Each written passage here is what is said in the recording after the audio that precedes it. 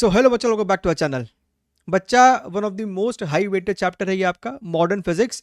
इसके जितने भी सवाल हमसे जेई मेन 2026 अप्रैल अटेम्प्ट में पूछे गए थे, यानी कि टोटल 19 सवाल, वो हम लोग यहाँ पर डिस्कस करेंगे। इसका ये जो प्रिंटेबल फॉर्मेट का क्वेश्चन पीडीएफ है, आप इसको डाउनलोड कर सकते हैं। आपको ये सिंपल से 4 स्टेप्स फॉलो करने हैं। आपको इसका PDF along with other chapters, along with the January attempt 2025 का भी आपको वहीं पर मिल जाएगा फोल्डर वाइज। ठीक है, आपको नीचे डिस्क्रिप्शन बॉक्स में हर चैप्टर का एक प्लेलिस्ट का लिंक मिलेगा, जिसके अंदर आपको उस रेस्पेक्टिव चैप्टर का concept videos, revision videos, some PhD videos, along with 2020 से लेकर 26 के एवरी सिंगल क्वेश्चन का डिस्कशन। उसके अलावा आपको डिस्क्रिप्शन बॉक्स में top selected previous year question का भी एक प्लेलिस्ट का लिंक मिलेगा, जिसका इस्तेमाल करके आप अपनी प्रैक्टिस को और बेहतर कर सकते हैं। ठीक है, चलिए, इस सेशन को अटेंड करने का नियम आपको बड़ा सिंपल सा है। चैप्टर का आपको जानकारी होना चाहिए। जानकारी है तो आप इसको +4 -1 के हिसाब से सॉल्व कीजिए। जो सही होता है +4, गलत होता है -1, और जहां आपको कुछ सीखने के लिए मिलता है आप उसके बारे में नीचे जरूर से कमेंट कीजिएगा। Make sure to hit the like button. नए हो तो चैनल को सब्सक्राइब कर लीजिए। 2 अप्रैल शिफ्ट 1, हर शिफ्ट में आपको कहीं ना कहीं 2 या कभी कभी 3 सवाल भी देखने के लिए यहां पर मिल सकता है। कहता है, for a certain metal when monochromatic light of wavelength lambda is incident, the stopping potential for the photo electrons is 3v0। Right, तो मेरे पास फोटो इलेक्ट्रिक का स्टॉपिंग पोटेंशियल को इन्वॉल्व करते हुए जो इक्वेशन है, that is E into stopping potential is equal to your incident wave का energy hc by lambda minus your work function. और आपका जो ये वर्क फंक्शन होता है that is equal to hc divided by threshold wavelength. ठीक बात है साहब। अच्छा, तो हमसे कहता है कि जब वेवलेंथ लैम्डा था तो स्टॉपिंग पोटेंशियल 3v0 है। तो हम लोग यहां पर लिख सकते हैं 3v0, और वेवलेंथ हम लोगों ने लैम्डा ही रखा। और जब वेवलेंथ 2 लैम्डा था तब स्टॉपिंग पोटेंशियल है आपको सिर्फ v0, और ये वाला प्राणी अपने को है 2 lambda minus your work function. हमसे सवाल में पूछ रहा है what is the threshold wavelength, तो उसके लिए हमें कहीं ना कहीं फाई की वैल्यू चाहिए। अच्छा, और हमें आंसर चाहिए लैम्डा के टर्म्स में, तो मुझे ये v0 नहीं चाहिए। तो क्यों नहीं हम ऐसा काम करते हैं कि हम इस इक्वेशन को 3 से मल्टीप्लाई कर दे। अब ऊपर नीचे दोनों को आपस में सब्ट्रैक्ट कर दो। दिस माइनस दिस करोगे तो E3v0 मर जाएगा, 0 हो जाएगा। ये हमारे पास बेटा यहां पर hc बाई लैम्डा है minus 3hc divided by 2 lambda. यहां पर आपके पास -5 है, और ये आपको हो जाएगा माइनस माइनस प्लस 3 तो अगर मैं ध्यान से देखूं तो ये आपको बचेगा 2 और ये 2 है, ये वाला इधर आ जाएगा, तो ये हमको लग रहा है hc बाई 2 लैम्डा बचेगा। अच्छा, 2 को इधर ले आओ और 5 को क्या लिखोगे, hc बाई लैम्डा th, ये हो जाएगा hc डिवाइडेड बाई 4 लैम्डा। तो अगर तुम ध्यान से देख रहे हो ना तो hc मर रहा है, और जो लैम्डा th है हमारे को थ्रेशोल्ड वेवलेंथ, वो अपने को आ रहा है 4 लैम्डा, यानी कि अल्फा की वैल्यू कितनी आ रही है 4, विच is your option number 2। Clear है। ये सिमिलर वैरायटी आपको प्रीवियस ईयर क्वेश्चंस में ही न जाने कितनी बार पूछी जा चुकी है। चलिए अगला प्रश्न देखते हैं, सवाल देखते हैं। Angular momentum of an electron in a hydrogen atom is this much. Atom कौन सा है, हाइड्रोजन, लेकिन आपको किस ऑर्बिट में इलेक्ट्रॉन है वो कैसे पता चलेगा। आप जानते हो कि भैया angular momentum is equal to nh by 2π। अगर हम इस वाले चीज को इसके साथ कंपेयर करें, this is your 3h divided by pi, तो तुमको दिखना चाहिए कि भैया h ने h को मार दिया, पाई ने पाई को मार दिया, यानी n की वैल्यू 6 है। तो आपको ऑर्बिट के बारे में ज्ञान हो गया। Then the energy of electron in that particular orbit is how much, तो भैया energy is equal to -13.6 multiplied by z square by n square electron volt. अब खुशी की बात यह है कि ये आपको हाइड्रोजन है तो ये वैल्यू 1 है। चुपचाप आप नीचे कर देंगे n का स्क्वायर, यानी कि 6 का square, which is nothing but your 36। तो मुझे बेसिकली इस वाले टर्म को आपस में डिवाइड करना है। अच्छा, ध्यान से देखिएगा, अगर तुम डिवाइड करने जा रहे हो तो ये आप यहाँ से हटा के ना एक 10 आप यहाँ पर नीचे लिख दो। एंड हमें है ना, अगर तुम देखो तो ऑप्शन क्वाइट फार अवे है, खाली ये दो ऑप्शन थोड़ा सा नज़दीक नज़दीक अपने को दिख रहा है, बट स्टिल 136 है, ये अपने को हो जाएगा यहाँ पर 18 और ये अपने को हो जाएगा 68, दिस इज योर 34 एंड 9। सो 34/9 आप जब करेंगे तो 9 तिया यानी कि 0.3 समथिंग होना चाहिए। तो 0.3 समथिंग मेरे पास है ना, ऑप्शन नंबर 3 में दिख रहा है। तुम एग्जैक्टली इसको सॉल्व करना, मेरे ख्याल से तुम्हारा 0.38 के आसपास आ जाना चाहिए। ठीक है, कुछ कुछ सवाल में कैलकुलेशन आप आसानी से करेंगे तो आंसर आएगा, लेकिन ये जो सवाल आपके सामने है ना, आपने अगर यहां से जितना भी प्रीवियस ईयर क्वेश्चन का या फिर नॉन पीवाईक्यूज का भी डिस्कशन देखा है, I have tried to solve everything till the very end. ये सवाल ऐसा है कि भैया यहां पर तो बस स्टेप्स बता दो, उसके बाद आपको मेहनत बहुत ज्यादा खुद से करनी पड़ेगी। क्या कह रहा है? The binding energy per nucleon of this is dash mega electron volt. अब अगर तुम इसमें ध्यान से देखो तो भैया 83 नंबर ऑफ प्रोटॉन्स है यहाँ पे, 83 टाइम्स प्रोटॉन, और ये अगर 209 है, एटॉमिक मास 209 है, तो नंबर ऑफ न्यूट्रॉन कितना हो जाएगा? 209 minus your 83 which is your 6, ये आपको हो जाएगा यहाँ पर 2 और ये आपको हो जाएगा 1। सो बेसिकली हमको दिख रहा है कि 126 आपको बेटा यहाँ पर न्यूट्रॉन है, तब जाकर आपको ये बन रहा है bismuth 209, this is your 83 over here. क्या मेरी बात क्लियर है? अच्छा, 83 और 126 जानने के बाद आपको निकालना है बाइंडिंग एनर्जी पर न्यूक्लियन पे, तो बाद में आएंगे। बाइंडिंग एनर्जी निकालने के लिए हमको चाहिए होता है मास डिफेक्ट। उसके लिए तुमको क्या करना पड़ेगा कि भैया लेफ्ट हैंड साइड आपका टोटल मास कितना है minus your right hand side. अब लेफ्ट साइड कितना मास है? 83 मल्टीप्लाइड बाई एक प्रोटॉन का मास कहां गया भाई? ये रहा। अब तुम देख रहे हो, अब तुम ध्यान से देखो कि व्हाट आर दे एक्सपेक्टिंग कि तुम एग्जाम में ये सब करने के लिए बैठो। They are checking your rigorous decimal multiplication, not any concept. So 126 multiplied by mass of neutron, जो कि नहीं करना चाहिए, इस प्रकार का डेटा नहीं देना चाहिए जहां पे इतना एक्सट्रीम टॉर्चर हो जाए, माइनस मास ऑफ बिस्मथ कितना दे रखा है अपने को, ये रहा, है ना। और ऑप्शंस देखो तुम 7.48, 7.84, यानी कि अप्रोक्सीमेशन भी नहीं कर सकते, इतना क्लोज आपको सॉल्व करना पड़ेगा। 0388 इसको सॉल्व करके आपको निकालना पड़ेगा what is the mass defect. मेरे पास यहां पर लिखा हुआ है तो हम फिलहाल के लिख देते हैं कि मास डिफेक्ट आपको कितना आना चाहिए। हालांकि इट इज हाईली इम्प्रैक्टिकल कि इसको बैठ के एग्जाम में टिल द एंड सॉल्व किया जाए। आप ऐसा कर सकते हैं कि भैया पूरा पेपर खत्म हो गया, अब करने को कुछ नहीं बच रहा, समय है, तो आप इसको लेके बैठ जाए।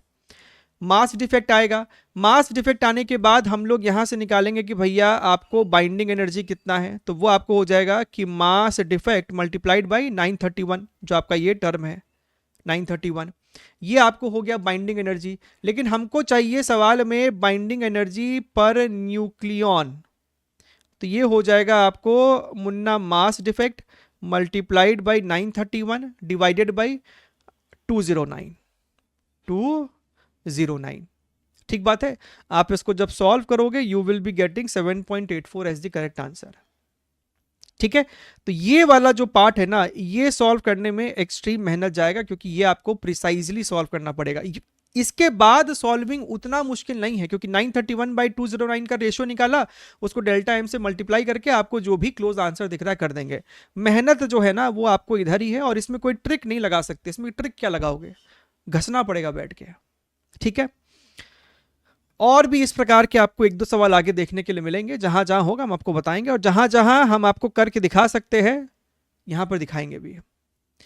Using Bohr's model calculate the ratio of magnetic field generated due to the motion of electrons in second and fourth orbits of hydrogen atom. बात को समझिए। मूविंग चार्जेस में आप पढ़ते हैं कि अगर कोई करंट हमको फ्लो कर रहा है और ये रेडियस मेरे को आर है, तो आप कहते हैं कि जो मैग्नेटिक फील्ड होगा that is equal to mu not I divided by 2r। ठीक बात है। अब यहां पे करंट फ्लो के जगह बेसिकली हो क्या रहा है, आपको जो इलेक्ट्रॉन है ना वो आपको मूव कर रहा है। जब इलेक्ट्रॉन आपको मूव कर रहा है सो बेसिकली हम करंट लिख सकते हैं कि भैया चार्ज अपॉन टाइम, एक चक्कर काटने का टाइम कितना होगा, टाइम पीरियड। अच्छा, and what is time period, distance which is 2 pi r upon speed, तो स्पीड मेरे को साहब ऊपर चला जाएगा। अच्छा ठीक है, यहां तक कोई तकलीफ नहीं है। यानी कि हम कह सकते हैं कि B is equal to mu not divided by 2r और I की जगह हम लोग लिख देंगे EV divided by 2 pi r। यानी कि जो मैग्नेटिक फील्ड होगा that would be proportional to V divided by your r का स्क्वायर। अच्छा, अब क्या तुमको ध्यान में है कि वेलोसिटी जो होता है that is proportional to z by n and radius is proportional to n square by z। इसका इस्तेमाल करके हम लोग यहां पर लिख सकते हैं velocity is proportional to z by n and r is proportional to n square by z। यहां पर ऑलरेडी स्क्वायर है तो n टू द पावर 4 और ये हमको ऊपर में चल जाएगा कितना, z स्क्वायर। ठीक है, लेकिन आपको है तो ये हाइड्रोजन, अगर हाइड्रोजन है तो आप सिंपली लिखेंगे n टू द पावर 5। तो मैग्नेटिक फील्ड कैसे वेरी कर रहा है n के साथ हमको मिल गया। अब आपको चाहिए सेकेंड एंड फोर्थ के लिए, तो भैया b1 upon b2 is equal to n2 upon n1 whole to the power 5।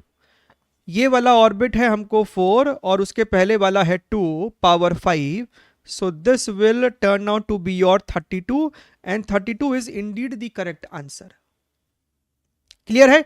तो ये सब आपको ध्यान में रहना चाहिए कि किस प्रकार का रिलेशन है हमारे पास यहां पर।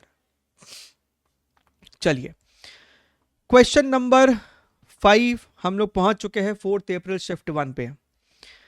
2 nuclei of mass number 3 combine with another nucleus of mass number 4। समझिएगा, एक न्यूक्लियाई है X, मास नंबर 3 है और ऐसा 2 न्यूक्लियाई आपने लिया है। It combines with another nuclei of mass number 4 Y4 and it yields a nucleus of mass number 10। ठीक बात है। अब if the binding energy per nucleon for the mass number 3, 4 and 10 are this respectively, then in the process delta mc square is equal to how much? So basically आपको Q value निकालना है, समझ रहे हो। अच्छा, नाउ इस वाले का बाइंडिंग एनर्जी कितना है लिखो तो 2 टाइम्स, क्योंकि 2 बार है। अच्छा, इसका बाइंडिंग एनर्जी कितना हो जाएगा आपको, हमको सवाल में दे रखा है 5.6, लेकिन यह है बाइंडिंग एनर्जी पर न्यूक्लियन। तो बाइंडिंग एनर्जी क्या हो जाएगा 5.6 multiplied by number of nucleons plus इसका कितना हो जाएगा, y का बाइंडिंग एनर्जी पर न्यूक्लियन है 7.4, तो इनटू नंबर ऑफ न्यूक्लियंस करना पड़ेगा। ठीक बात है। ये हो गया तुमको लेफ्ट साइड का टोटल बाइंडिंग एनर्जी और राइट साइड का टोटल बाइंडिंग एनर्जी हो जाएगा 10 मल्टीप्लाइड बाई 6.1। अब कैलकुलेट करो LHS में कितना है, RHS में कितना, दोनों का डिफरेंस जो होगा वही आपका आंसर होगा। तो ये हमको कितना हो जाएगा, this is your how much, ये 5.6 ही है ना। सो ये आपको हो जाएगा 2 3 6 और 6 6 36 राइट, 6 5 30 तो 33 और हमको एक डेसिमल आ जाएगा प्लस यहाँ पर आपको हो जाएगा 4 चक्के 16 4 7 28 यानी कि 29 और ये हमको आ रहा है 61। इस दोनों को आपस में ऐड कीजिए तो ये आपको कितना हो जाएगा 6 6 2 9 3 12 13 तो 2 3 6 तो 63.2 और यहाँ पर 61 है तो इनका जो डिफरेंस हो जाएगा 63.2 minus your 61 2.2 mega electron volt जो कि मेरे पास ऑप्शन नंबर 3 में है। बात क्लियर है एकदम, ठीक है। बात एकदम क्रिस्टल क्लियर होना चाहिए। अच्छा, चलिए नेक्स्ट बात करते हैं हम लोग यहां पर क्वेश्चन नंबर 6 की। ध्यान से देखेंगे। The graph shows variation of stopping potential V naught with frequency mu of the incident radiation for three photosensitive metals X1, X2, X3। तो तीनों मटेरियल का थ्रेशोल्ड फ्रीक्वेंसी बोल लो या फिर आपका जो आप जो इक्वेशन लिखते हो E into stopping potential is equal to your incident energy minus your work function. तो वर्क फंक्शन भी तीनों का अलग अलग होगा। अच्छा, अब अगर ध्यान से देखो तो E into stopping potential is equal to H into nu minus your work function, यानी कि stopping potential is equal to H by E work function frequency minus work function by E। तो यही मेरे पास ग्राफ है यहां पर। This is just like y is equal to m x plus c का। तो भैया तुम अगर ध्यान से देखो तो जो स्लोप है ना h बाई ई, ये तो कांस्टेंट है, ये आपको मटेरियल पे यानी कि फाई पे डिपेंड नहीं करता स्लोप, इसलिए आप देखो सबका स्लोप एक जैसा ही है। ठीक बात है। अच्छा, अगर तुम ध्यान से देखो तो ग्राफ में ये 1.0 क्या है, ये 1.5 क्या है, ये 2 क्या है, what are these values, what are these frequencies over here? If you look at very very carefully, इस इक्वेशन में अगर तुम v को 0 पुट कर दो तो भैया तुमको दिखना चाहिए कि phi is equal to h nu, h nu. बात समझ में आ रही है आपको? इसका मतलब ये है, इसका मतलब ये है कि आपको यहां पर जो v0 है, v0 है, v0 है, तो ये जो फ्रीक्वेंसीज है ना बेसिकली ये आपको थ्रेशोल्ड फ्रीक्वेंसी हो गया, क्योंकि फाई जो होता है, फाई आपको होता है h इंटू थ्रेशोल्ड फ्रीक्वेंसी। तो h से h मर गया, तो जो थ्रेशोल्ड फ्रीक्वेंसी है वही बेसिकली हमको यहां पर x एक्सिस में मार्क किया हुआ है। तो आपको इतना समझ में आ गया कि x1 का मटेरियल का थ्रेशोल्ड फ्रीक्वेंसी सबसे कम है। Which metal will give out electrons with greater kinetic energy for the same wavelength of incident radiation? यानी कि आपने इंसिडेंट रेडिएशन का एनर्जी को फिक्स कर दिया है, कोई फिक्स अमाउंट ऑफ एनर्जी है, एंड ये अज्यूम किया जा रहा है कि तीनों में से फोटो इलेक्ट्रिक तो हो रहा है, ठीक है, लेकिन इसका थ्रेशोल्ड फ्रीक्वेंसी यानी कि इसका जो आपको वर्क फंक्शन है वो सबसे कम है, इसका और ज्यादा, इसका सबसे ज्यादा। सपोज कीजिए कि ये जो एनर्जी है this is, let us say your this energy is corresponding to a frequency of 3 into 10 to the power 14 hertz, let us say।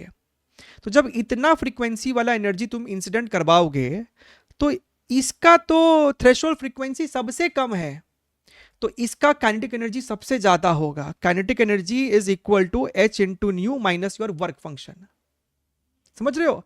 तो भैया अगर ये तुम फिक्स कर दिए, वर्क फंक्शन जिसका सबसे कम होगा काइनेटिक एनर्जी उसके लिए सबसे ज्यादा होगा। तो फर्स्ट वाले में, x1 वाले में आपको मैक्सिमम काइनेटिक एनर्जी देखने के लिए मिलेगा।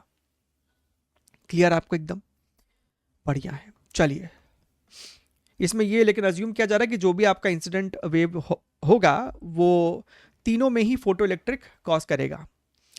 In Rutherford's alpha particle scattering experiment, only a few alpha particles rebound back because, suppose कीजिए कि आपका ये जो है न्यूक्लियस है ना, एक एटम में है, एक एटम आपको ये अगर है तो मेजॉरिटी पोर्शन आपको खाली होता है, न्यूक्लियस आपको यहाँ पर है, ठीक है, आपके पास यहाँ पर अल्फा पार्टिकल है, कुछ अल्फा पार्टिकल ऐसे जा रहा है, कुछ अल्फा पार्टिकल सपोज करो ऐसे जा रहा है, ठीक है, जो ऐसे जा रहा है वो बस हल्का सा शायद डिफ्लेक्ट होएगा, लेकिन बहुत कम ऐसे अल्फा पार्टिकल होंगे जो कि जाके वापस से रिबाउंड हो जाएंगे, राइट।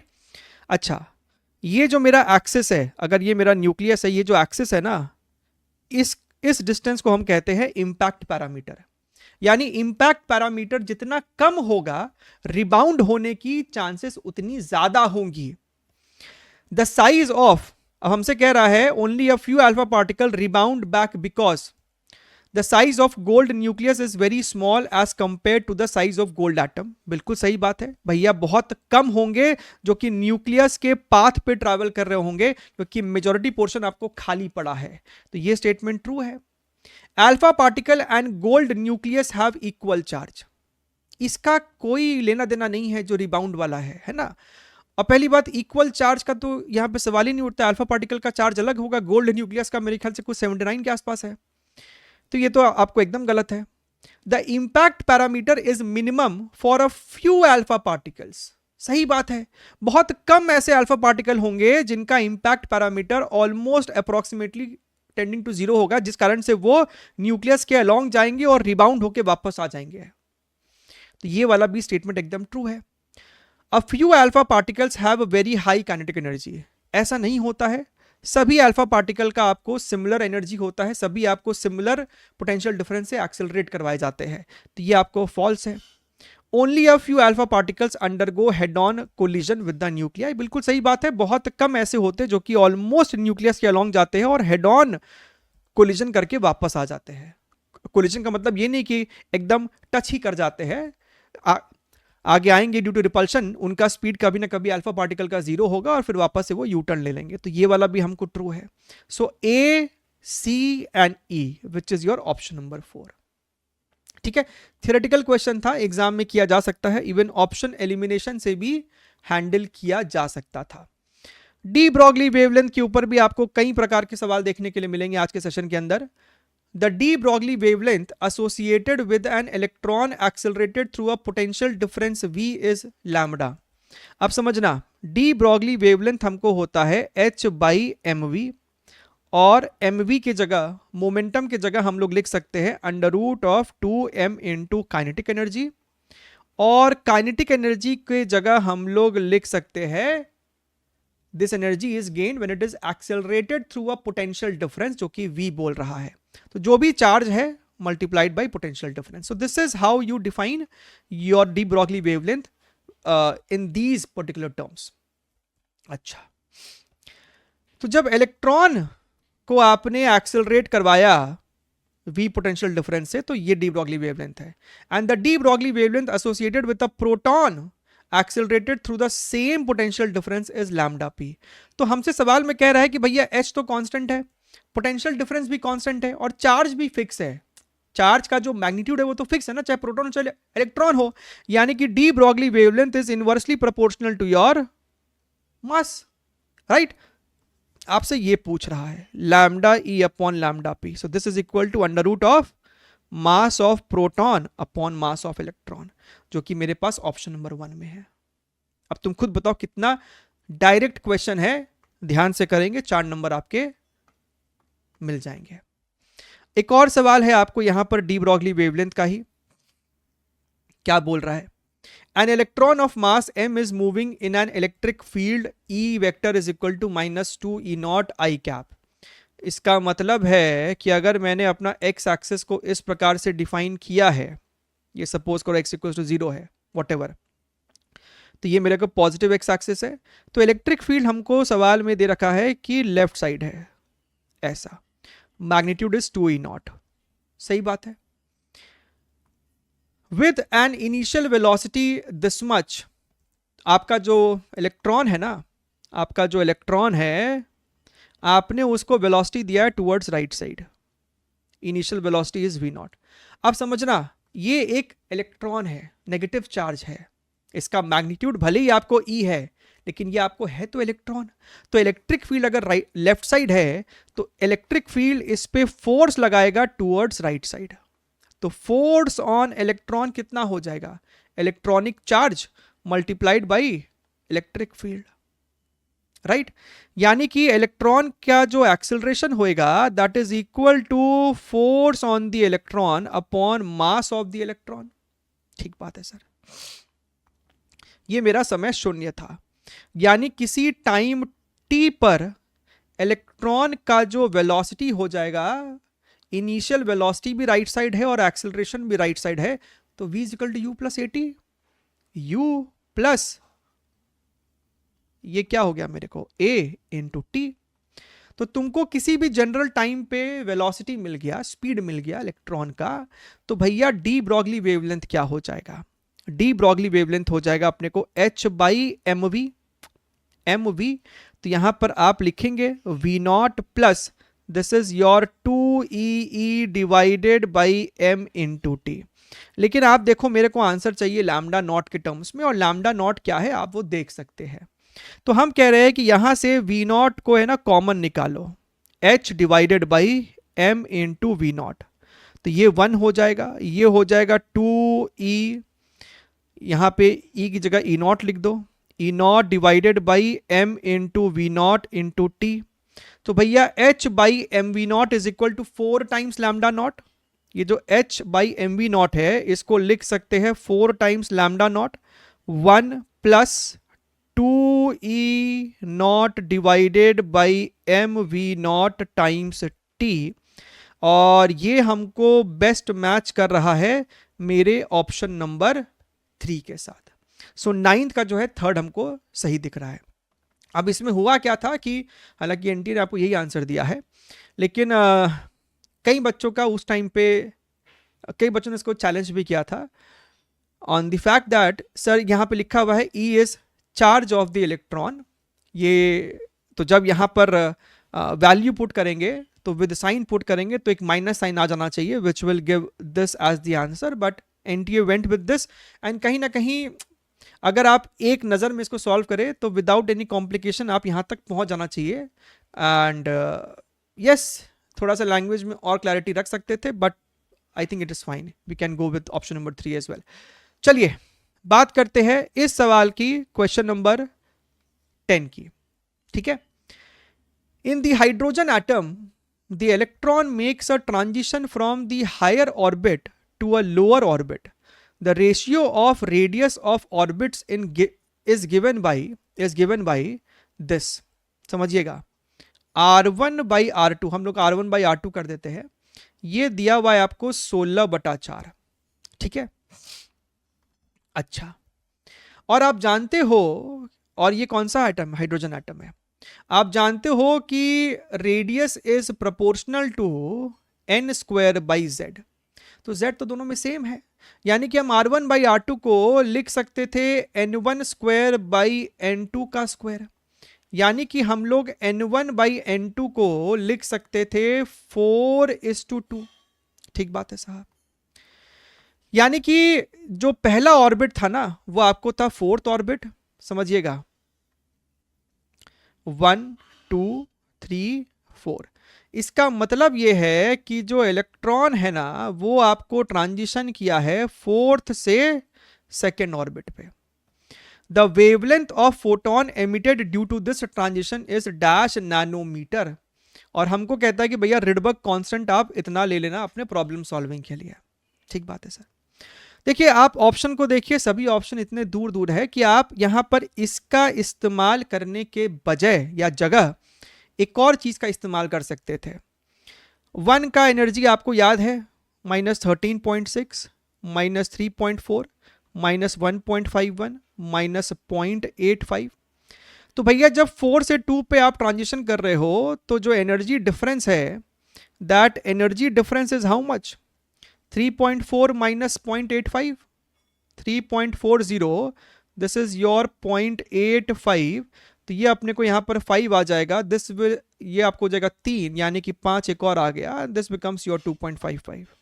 सो 2.55 इलेक्ट्रॉन वोल्ट। ठीक है, तो जो वेवलेंथ निकलेगा ना फोटोन का, that can be given as 1240 divided by delta e, और ये फिर नैनोमीटर में निकल कर आता है। क्या आपने ये चीज पढ़ रखा है? अब ये 1242 1240 कहीं कहीं 1230 भी ले लेते हैं, लेकिन क्योंकि ऑप्शन कितना डिस्टेंट अपार्ट है, so we can go with 1240 also. So ये आपको हो जाएगा 1240 डिवाइडेड बाई योर 2.55 नैनोमीटर। ठीक बात है साहब। अच्छा, अब तुम खुद देखो यहां पर कि ये आपको अगर ये आपको सिर्फ 2 होता ना तो 1240 बाई 2 आपको 620 रहता, लेकिन ऑफ कोर्स यहां पर आपको 0.55 भी है, तो ये आपको 600 से तो काफी कम ही होगा, विच मीन्स ये वाला आपको पॉसिबल नहीं है। और ये दोनों अगर तुम देखोगे तो कुछ ज्यादा ही आपको छोटा दिख रहा होगा। If you want you can properly calculate it as well to get the final result. आप चाहो तो यहां से 100 ऊपर लिख दो, ये आपको हो जाएगा 5420, सॉरी 551, ये आपको हो जाएगा 5 to 10 5420 and this much, right. तो बस 248/51 करने की ज़रूरत है। तो ये आपको 4 के साथ तो जाएगा ही, राइट, 4 जाएगा तो ये आपको हो जाएगा कितना, 248, ये आपको हो जाएगा 51, 4 दे देंगे तो 420, ये आपको हो जाएगा इतना, एंड डेसिमल डाल दिया तो ये आपको आ जाएगा 0। तो फिर आप यहाँ पर 8 दे सकते हो, 8 8 5 40, ये आपको हो जाएगा 32 320। फिर यहाँ पर आप चाहो तो लगभग 6 आ जाएगा, तो ये आपको 4.86 इंटू 100 जो कि आपको 486 दिख रहा है। ठीक बात है, और यही आंसर एनटीए ने इसका दिया भी है आपको। अगर तुमको रिडबर्ग कांस्टेंट वाला चीज इस्तेमाल करना है, यू वांट कि सर मेरे को ये वाला चीज इस्तेमाल नहीं करना है, then you directly apply this equation, 1/λ is equal to R Z square 1/n1 का स्क्वायर माइनस 1/n2 का स्क्वायर, ये जो अपना फॉर्मूला रहता है। यहाँ से आपका लैम्डा आएगा मीटर में, बाद में उसको नैनोमीटर में कन्वर्ट कर देना। रिडबर्ग कांस्टेंट आपको यहाँ पर है 1.0973 इंटू 10⁻⁷, जेड अपना 1 हो जाएगा, और ये आपको हो जाएगा, एक बार आप n लोगे 2 यानी कि 1/4 और एक बार लोगे आप n की वैल्यू 4 तो ये आपको हो जाएगी 16। इसको सॉल्व करो, लैम्डा निकालो, उसको नैनोमीटर में कन्वर्ट करो, आपको वापस से 486 आ जाएगा। अब हुआ क्या कि जब इसको आप सॉल्व करेंगे ना, तो एक और चीज आपके मन में जो आएगी करने की, जो कि आप कैलकुलेशन में कर सकते हैं। आपने इसको यहाँ पे पहले ही रेशियो को थोड़ा और छोटा कर दिया, फिर आप जब इसका रूट लेंगे तो ये आपको आ जाएगा बेसिकली 2:1। तो आप इसको 2 से 1 पे कुदा के फिर लैम्डा सॉल्व करोगे, एंड अनलकीली वो आंसर भी आपको 121 इस ऑप्शन में है, जिस कारण से सवाल जो है थोड़ा सा पंगादायक हो जाता है। क्या तो आप ये ऑप्शन में देते ही नहीं, है ना, ताकि बच्चे उस प्रकार का यहां पर आंसर ना ला पाए। खैर, क्या आंसर उन्होंने दिया हुआ है वो हमने आपको यहां पर बता दिया है। चलिए बात करते हैं यहां पर अपने 11वें सवाल की। Light source having wavelength 331 nanometre is used to generate photo electrons whose stopping potential is 0.2 volt. The work function of the used metal in the experiment is alpha into 10⁻⁻19 joule. The value of alpha is how much? So E into stopping potential is equal to hc by lambda minus your work function.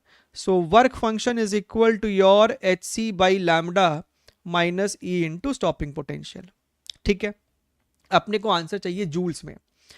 So what is H, H की value अपने को दे रखी है 6.62 10⁻⁻34। सी की value है 3 into 10⁸ divided by lambda की value अपने पास है 331 इंटू 10⁻⁻9 और माइनस E की value 1.6 10⁻⁻19 and stopping potential my dear friend that is your 0.2। अपने को 10⁻⁻19 में के ऑर्डर में आंसर चाहिए। अच्छा देखिए, ये ऊपर जाएगा तो 10⁻17, इसको काटेगा तो ये हो जाएगा 10⁻⁻17। यहां से एक 100 अगर हम लोग यहां ऐसे कर दे तो ये इसको मारेगा तो ये 2 हो जाएगा। सो 2 3 कितना हो जाएगा 6, और ये हो जाएगा 10⁻⁻19 माइनस इसको इसके साथ मल्टीप्लाई किया तो 0.32 10⁻⁻19। तो भैया इसको अगर किया तो ये 5.68 10⁻⁻19, तो यहां से अपनी अल्फा की वैल्यू 5.68, ऑप्शन नंबर 3। ठीक है, तो अगर कुछ डेटा दिया है उसका इस्तेमाल कर लेते हैं तो आंसर अपने को टू द पॉइंट आ रहा है। चलिए बात करते हैं हम लोग यहां पर क्वेश्चन नंबर 12 की। An electron is travelling with a velocity v in free space when it enters a medium its velocity is reduced by 20%। So basically आपको अचानक से एक कोई मीडियम आ जाता है, यहां पर इलेक्ट्रॉन ट्रैवल कर रहा है, उसका स्पीड v है, लेकिन यहाँ पर जो ट्रैवल कर रहा है its velocity is reduced by 20%। तो अब कितना हो गया इसका स्पीड 0.8 v, है ना, v minus 20% of v। The de Broglie wavelength of the electron in the medium is alpha not, alpha lambda not, where lambda not is the de Broglie wavelength in the free space. So basically पहले क्या था, D Broglie wavelength was h/mv, और बाद में D Broglie wavelength हो गया h/m into 0.8v. तो 0.8 यहाँ पर लिखा हुआ है, और ये वाला जो है वो बेसिकली पुराना वाला डी ब्रॉगली वेवलेंथ है लैम्डा नॉट, और 0.8 को आप लिख सकते हो बेसिकली 10 को ऊपर भेज दोगे, सो ये आपको हो जाएगा 5/4, यानी कि 1.25 lambda not, which makes option number 3 as the correct one. Clear? एकदम बढ़िया है, शानदार, अद्भुत, अविश्वसनीय, अलौकिक. चलिए बात करते हैं हम लोग यहां पर क्वेश्चन नंबर 13 की. कैलकुलेशन है भैया, है assuming the experimental mass of carbon to be 12, the mass defect of is this much. So खेलो, इसमें कितना है, 6 प्रोटॉन और 12 माइनस 6 6, तो 6 न्यूट्रॉन, ये आपको बन गया दिस मच. ठीक बात है. So mass defect is equal to 6 into mass of proton is how much, 1.00727 plus 6 multiplied by mass of neutron is 1.00866 minus, और कहाँ गया मेरा, इसका कितना दे रखा है, 12 ही दे रखा है, परफेक्ट 12, गजब. तो यहां पर आप चाहो तो 6 को कॉमन ले लो, तो 6 कॉमन ले लिया, सो दिस प्लस दिस करना पड़ेगा. करो तो 7 6 अपने को कितना हो जाएगा, 13, 2 और 6 हो जाएगा 8, यानी कि 9, और 7 और 8 अपने को हो जाएगा 15, और यहाँ पे शून्य की जगह आ जाएगा 1 0 डेसिमल. ठीक बात है, माइनस योर 12. अच्छा, डेसिमल के बाद एक 2 भी तो आएगा, एक 2 भी तो आएगा, तो 6 मल्टीप्लाइड बाई 2 पॉइंट दिस है ना, 1 और 1 में तो 2 आएगा. अब इसको आपस में गुणा करो, मल्टीप्लाई करो, तो ये हमको हो जाएगा 6 3 18, एक हाथ में 6 9 54 55, 6 5 30 35, 6 1 6 यानी कि 9 0, ये आपको हो जाएगा 2 12. So this is 0.09558. ये हमको आया है mass defect in terms of u. हमसे कहता है कि भैया 1 U equal to this much, तो मेरे को जो इस फॉर्मेट में आंसर चाहिए, सो मेरा आंसर हो जाएगा बेसिकली 0.09558 मल्टीप्लाइड बाई 931.5. ठीक बात है. अच्छा, अब अगर हम लोग यहाँ पर ध्यान से देखें, इसको लिख सकते थे 9.558 multiplied by 931.5 multiplied by 10 to the power -2. अब ये आपको, या फिर हम क्या बोलते हैं ना, इस 10 टू द पावर -2 को ना इसमें डाल दो, तो ये आपको हो जाएगा 9.315. अब अगर तुम ध्यान से देखो ना, तो ये दोनों ना भी होता तो 9 9 जा 81, तो 81 से तो ज़्यादा है, राइट. अब इस दोनों में ही आपको बेसिक वॉर है, क्योंकि ये दोनों ही ऑप्शन आपको काफ़ी नज़दीक है. सो इट सीम्स आपको यहाँ पर भी कष्ट उठाना पड़ेगा. You have to do the effort, and when you do the effort, I think option number 2 यानी कि 89.03 के आसपास अपना जवाब आना चाहिए. ठीक है, मेहनत करना पड़ेगा बेटा इसमें, है ना. मैक्स टू मैक्स आप चाहो तो इसमें अप्रॉक्सीमेशन के लिए इसको 9.6 और इसको 9.3, अगर अपने एक बार ट्राई करते हैं 9.6 और 9.3 को भी अगर मल्टीप्लाई करें, तो 3 6 18 और 3 9 27 28 हो जाता है यहाँ पर, और ये आपको हो जाएगा 9 6 54 4 और 9 9 81, सो 81 86, सो 8 2 9 दिस मच 89.28. तो आप देख सकते हो, है ना, हमने 9.6 9.3 लिया है, तो इस वाले से हल्का हल्का ज़्यादा ले लिया, तब जाके 89.28 है, यानी कि आंसर 89.28 से जस्ट थोड़ा सा छोटा होगा. अब 100% है कि ऑप्शन नंबर 2 मेरा सही होगा. क्लियर है. चलिए आगे बढ़ते हैं, अगला प्रश्न देखते हैं हम लोग, क्वेश्चन नंबर 14 क्या बोल रहा है। The ratio of momentum of the photons of the first and second line of Balmer series of hydrogen atom is alpha by beta. So what is momentum of a photon? That is your how much? H by lambda. अच्छा, तो H दोनों के लिए same, basically हमको lambda देखना पड़ेगा। आ जाओ बामर series पे, क्या है बामर सीरीज? बामर सीरीज क्या है? This is your n equals to 1 2 3 4। Lyman में क्या होता है कि आपका हायर ऑर्बिट से 1 पे कूद रहा है, लेकिन बामर में हायर ऑर्बिट से 2 पे कूद रहा है। ठीक बात है, ऐसे ऐसे। तो आपका जो the ratio of momentum of photons of the first and second line of बामर series, ये आपको फर्स्ट लाइन होता है, ये आपको सेकेंड लाइन है बामर सीरीज का। यानी जब आप 3 से 2 पे कूदते हो, उसमें जो वेवलेंथ निकलेगा उसको लैम्डा 1 बोल दो, और 4 से 2 कूदने में जो वेवलेंथ निकलेगा उसको लैम्डा 2 बोल दो। ठीक बात है सर। अब तुम जानते हो कि 1 by lambda 1 is equal to your R into Z square, right. आपको ये हाइड्रोजन ही है तो जेड की वैल्यू भी 1 है, तो आप चुपचाप से आर, और यहां पर आपको हो जाएगा 1 डिवाइडेड बाई 2 का स्क्वायर माइनस 1 डिवाइडेड बाई 3 का square. Similarly 1 by lambda 2 is, एक बारी 2 का स्क्वायर करोगे और एक बारी 4 का स्क्वायर करोगे।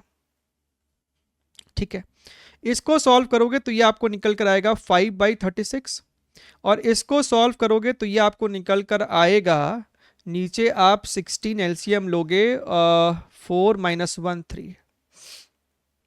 ठीक बात है। तो भैया जो मोमेंटम का रेशियो होगा P1 by P2 that would be lambda 2 by lambda 1। मानते हो मेरी बात को? क्योंकि भैया momentum is inversely proportional to lambda. Now what is lambda 2? Lambda 2 को आप लिख सकते हो 16 बाई 3। समझ रहे हो भैया, रेशियो में R तो मर ही जाएगा, और लैम्डा 1 को आप लिख सकते थे 36 बाई 5, यानी 16 इंटू 5 डिवाइडेड बाई 36 इंटू 3। ठीक, तो ये हो जाएगा हमको 4 4 और ये हो जाएगा 4 9। सो दिस इज योर 20 बाई 27। तो अल्फा की वैल्यू 20 है और बीटा की वैल्यू 27 है, यानी कि 14 का option number 4 is the correct one. गलती से हड़बड़ाहट में ऑप्शन नंबर 1 मत टिक मार देना। क्लियर है?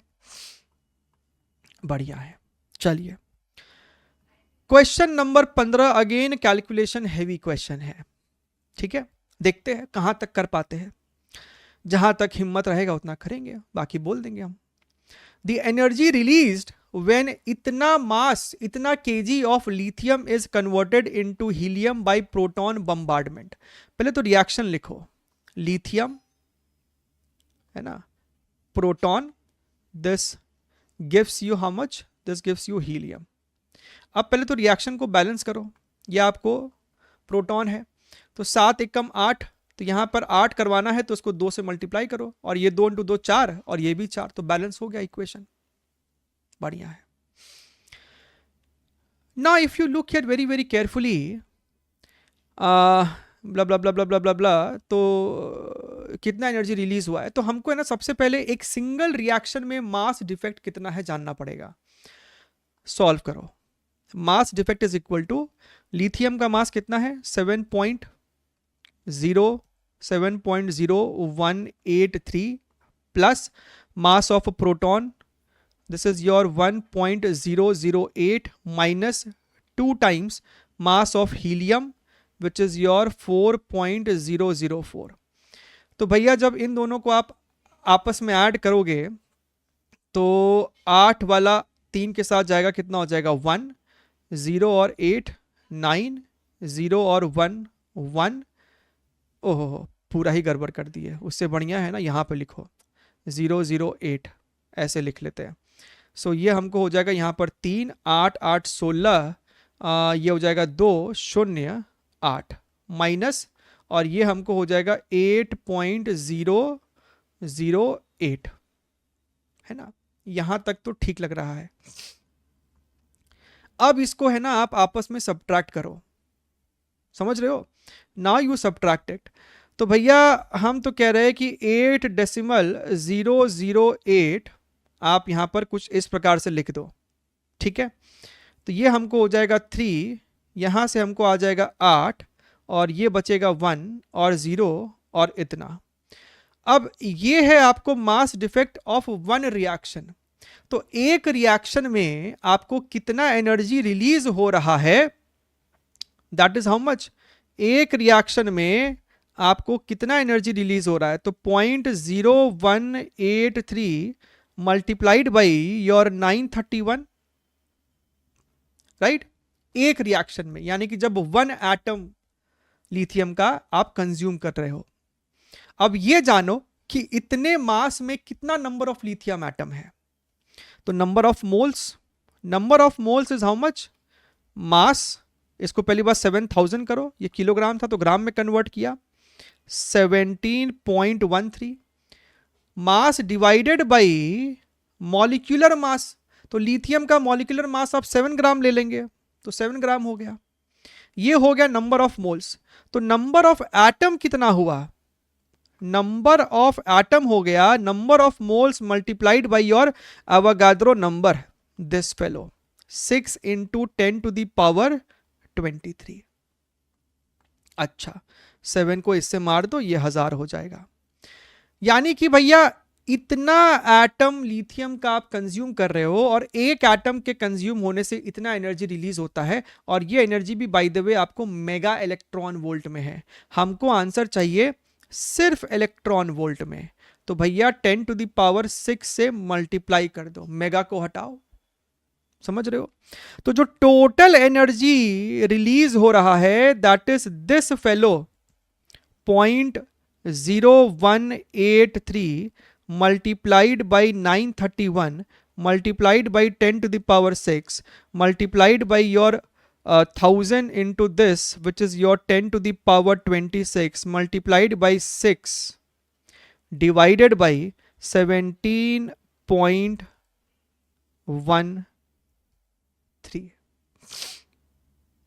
ठीक है। अच्छा, हमको 10⁻32 चाहिए, तो ये 10⁻32 है, तो इसको यहां से हटा दो, इसको बचा के रखो। ये 6 था ना यहां पर, हम क्या कह रहे हैं 6 × 10⁻32। अच्छा, अब क्या करोगे, अब इसको बेसिकली आप एक बारी सिंप्लीफाई करो, सॉल्व करो, है ना, do something about it. So if I look here very very carefully, नीचे अगर हम 100 से मल्टीप्लाई कर दे और ऊपर भी 100 से मल्टीप्लाई कर दे, सो दिस वुड बिकम 1713, और इसको 100 से मल्टीप्लाई कर देंगे, so this would become your 1.83, ठीक है। 1.83 मल्टीप्लाइड बाई 931, ये कितना है 931, और आपके पास ये 183 है। ये थोड़ा सा मेहनत कर लेते हैं, 3 एकम 3, 3 तिया 9, 3 तिया 27, 8, 8 तिया 24, 72, दिस इज योर 74, 139, 3 7, एक हाथ में आएगा 7 4 11 12 13, एक ऊपर आ गया 3 और 10, एक हाथ में आ जाएगा 9 7 16 और 17, और डेसिमल कितना था, 2 प्लेसेस पे था, तो 1 इतना आ रहा है। सो ये आ रहा है हमको 1703.7 divided by 1713 multiplied by 6 multiplied by 10⁻32। अब तुम खुद बताओ, हमको आंसर लाना है नियरेस्ट इंटीजर पे।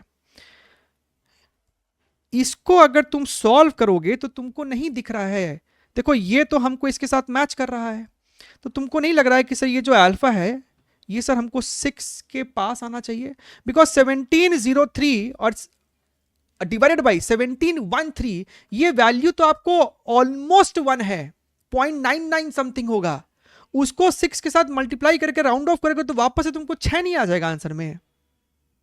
दैट्स इट, 6 इसका सही जवाब है। मेरी बात क्लियर है? चलिए आगे बढ़ते हैं, अगला सवाल, अगला प्रश्न, क्वेश्चन नंबर 16।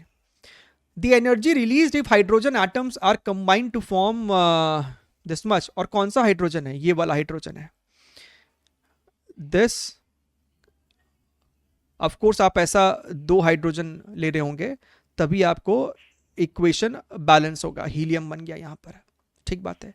तो भैया लेफ्ट साइड का आपका बाइंडिंग एनर्जी कितना है, what is the binding energy of left side, 2 multiplied by 1.1 is the hydrogen का binding energy per nucleon, so 1.1 multiplied by number of nucleon, और प्रोडक्ट साइड देखोगे तो 4 मल्टीप्लाइड बाई 7.2, ठीक है। तो ये वाला वैल्यू अपने को हो रहा है 4 2 8, 4 7 जा 28, और ये हमको हो रहा है 4.4। सो आपको 28.8 माइनस योर 4.4, 24.4 होगा आपका energy released in this particular reaction. Energy released is basically binding energy of product minus binding energy of your reactant. Similar सवाल आपको पहले भी प्रीवियस ईयर क्वेश्चंस में देखने के लिए जरूर से मिला होगा, ठीक है। आ जाइए, डी ब्रॉगली वेवलेंथ का आपके सामने यहां पर सवाल है, 6 अप्रैल शिफ्ट 2 को पूछा गया है। The de Broglie wavelength for an electron accelerated through a potential difference of v1 volt is your lambda 1। तो आपको पता है कि de Broglie wavelength is h by momentum और h divided by under root of 2m into kinetic energy. Momentum और kinetic energy का relation है, और kinetic energy is basically your energy gained through accelerating through a potential difference, तो charge multiplied by that potential difference जिससे accelerate कराया गया है।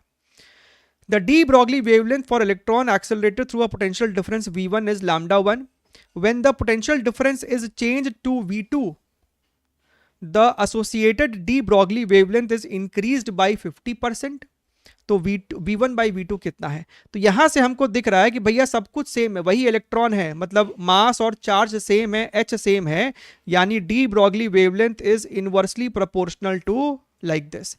या फिर हम इसको दोनों तरफ स्क्वायर कर दे अगर, तो v is proportional to 1 by de Broglie wavelength का स्क्वायर।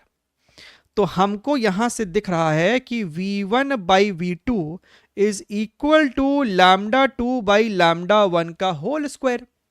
अब हमसे कहता है कि वेवलेंथ इज इंक्रीज बाई 50%, यानी कि जो लैम्डा 2 है ना वो आपको 1.5 टाइम्स है लैम्डा 1 का, यही मतलब होता है ना इंक्रीज बाय 50%।